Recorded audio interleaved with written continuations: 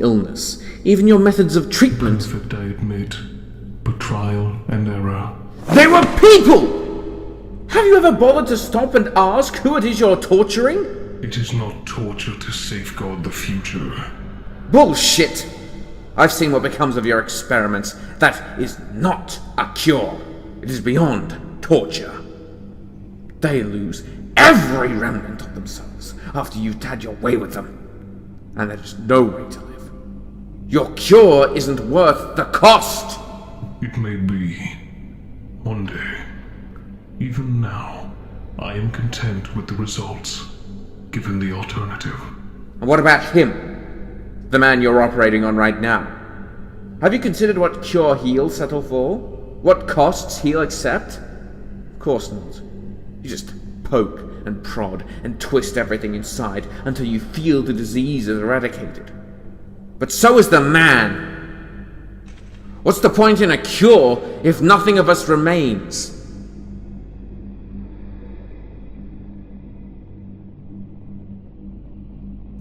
What was his name? This subject? This person? Gregory Sline.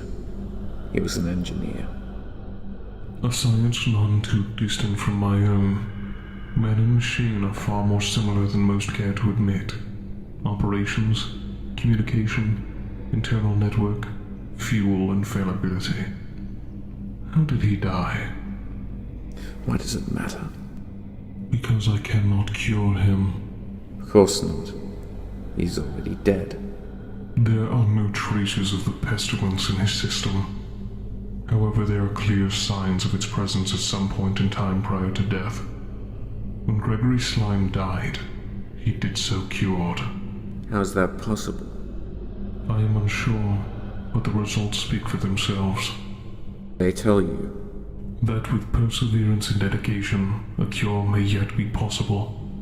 You may remove him. Do not fear. He won't rise again. I have been satiated.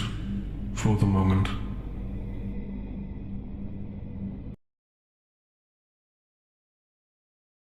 What use do you find from your proxies? Cured. They are invaluable to my research. For starters, their behavior, the very state of being, reflects the effectiveness of my treatments. And how would you gauge its effectiveness right now? I have a revival rate of 95%, a key component to eradicating the infection. Living beings cannot survive the shock of being torn from the grips of the pestilence. And how satisfied are you with the results? How the person survives, and not just the body? That is a tougher nut to crack. Granted, much of the mind alters as a consequence, and physically there are permanent alterations, but there are benefits. Benefits? How? For example, the cured can now detect pestilence carriers and neutralize them. You mean they kill anyone in their path and rip them apart like animals? Had they the medical knowledge I possess, perhaps they... You're brushing what they do aside because they don't have your medical skills? Regardless, it does not matter. I am still able to perform my part on the cadavers they leave behind. Right. Do you need further explanation? Oh, no, I get it. It's sick and twisted logic, but I understand. I'm almost afraid to ask what isn't justified because of the pestilence. How much you let yourself get away with. I have no personal gain from any of this. More subjects to experiment on? Isn't that the only thing you've ever wanted from us? From anyone? To cure. If I wanted to wipe out all life on Earth, believe me, I could. Very easily. Alright. Show me there's something behind that mask that isn't just flesh. Has there ever been someone you've not been able to save? In spite of our opposing views, her betrayal of everything I'd worked so hard to accomplish, I had hoped to save Yolanda. I thought that she, of all people, would be more resilient, that not much of her would perish during the process. But she never did. She never came back. It was as though her spirit refused my services. This is the second time you've alluded to a soul. Is that something you believe in? I have no reason to disbelieve it, and I am not blind to the absence of it from those I cure. Or perhaps a more apt term would be suppression. You mean, you think those people's souls are trapped inside of the cured? Again, I have not said I believe in such a thing, but I would rather believe the cured still have a chance of returning to their former selves. If their souls have been purged, then that is an impossibility. Given what you just said, has there ever been someone you have cured, but would have rather let die? How much do you know of my history? Everything we've catalogued thus far.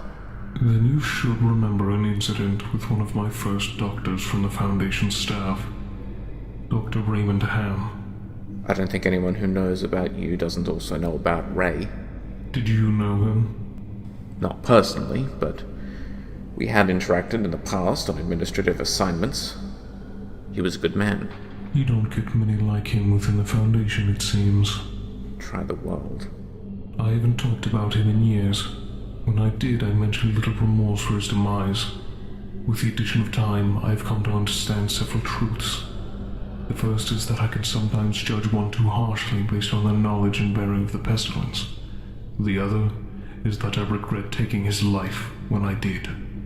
When you did? He might have understood, given time, and I may have also found a breakthrough with his help, developed a vaccine, made the need for terminating a patient to treat a redundancy. But I panicked, and the man paid a terrible price. If souls do exist, I subjected him to a claustrophobic and demeaning existence inside his own body. When your task force put him down, I'd hoped it was quick. It was. Good. Now, Site Director, I wish to move on to the next question. This line has run out of avenues.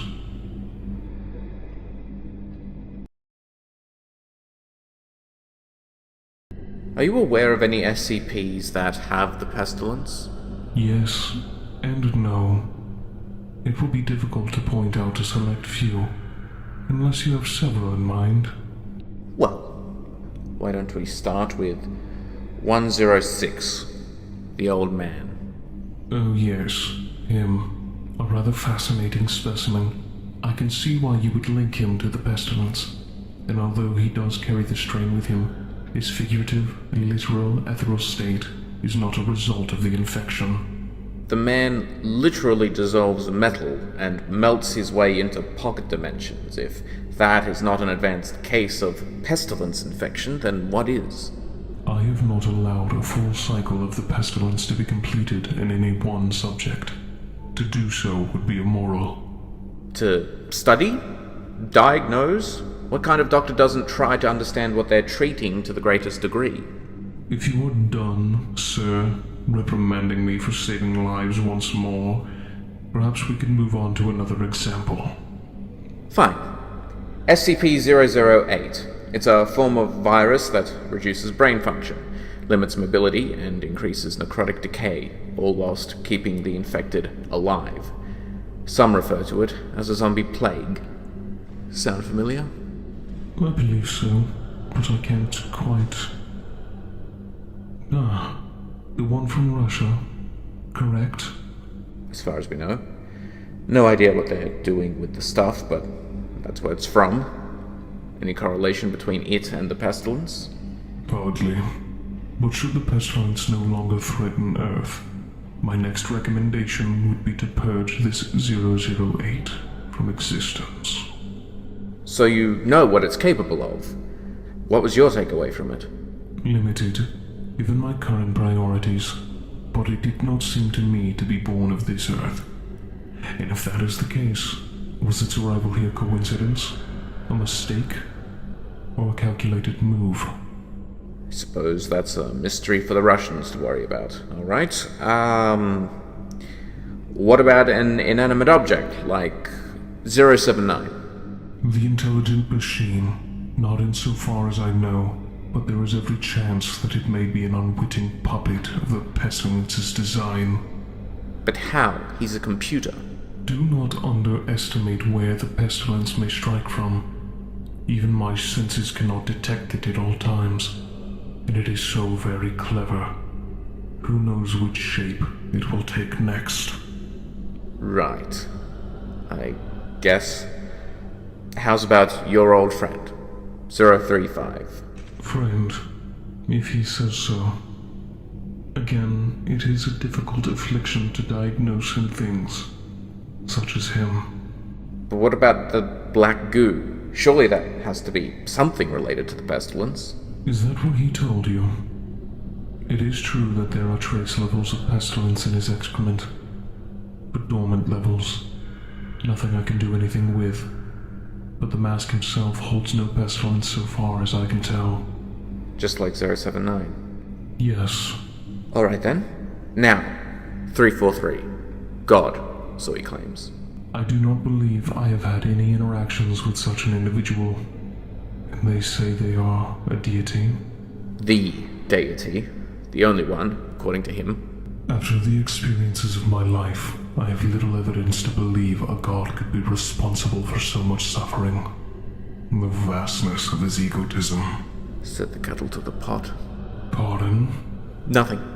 In any case, if they are a living creature, it is more than likely the pestilence has them in its grasp as well. Such a shame. Well, that leaves one last candidate. SCP-001. Thoughts? You do know the one I am referring to? Yes. I can only hope it does not have the pestilence in its system. Why is that? If so, my work is meaningless, as is the function of all life. Understood. Get that? Yep.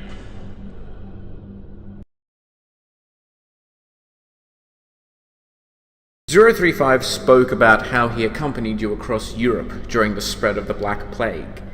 He said that not only were you able to resurrect the dead and injured to perfect health, but that you wore him on occasion. Dio does have a wicked imagination for storytelling. What tale did he weave this time? Was he the reincarnation of Apophis? An embodiment of Loki? Was I an accomplice in his duplicitous acts? Or were we rivals? Friends or foes? He said... No matter. Anything he says is neither truth nor lie. Reality simply does not matter to a creature of his habit. Well then, what is your recollection of 035? I had picked up the scent of a pestilence mass across Europe, growing in size.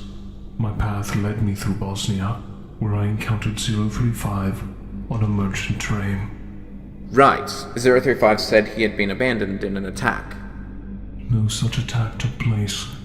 He was not a forgotten trinket on the roadside. He was running one of the stalls. As soon as he laid eyes on me, he flagged me down. You seem like an individual looking for a cure to all your problems, he quipped with his forked tongue. Come browse my wares. Every item of purchase, all of his stock, carried with it a tale of incredible utilization against some ailment or injury.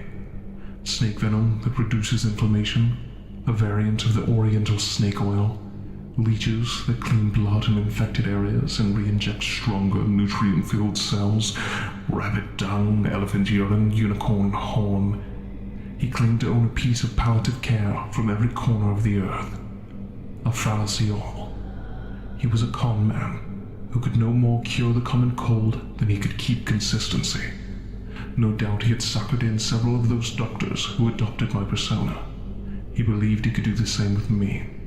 So when he presented arsenic as a way to ease sore throats, I implored him to please demonstrate. And did he? If there was one positive I can give to that cretin, he is very dedicated, much like myself. He drank the tonic, and to my surprise, did not falter. When I pointed out my observations of arsenic poisoning, he admitted to my superior knowledge on the matter, confessed to calling previous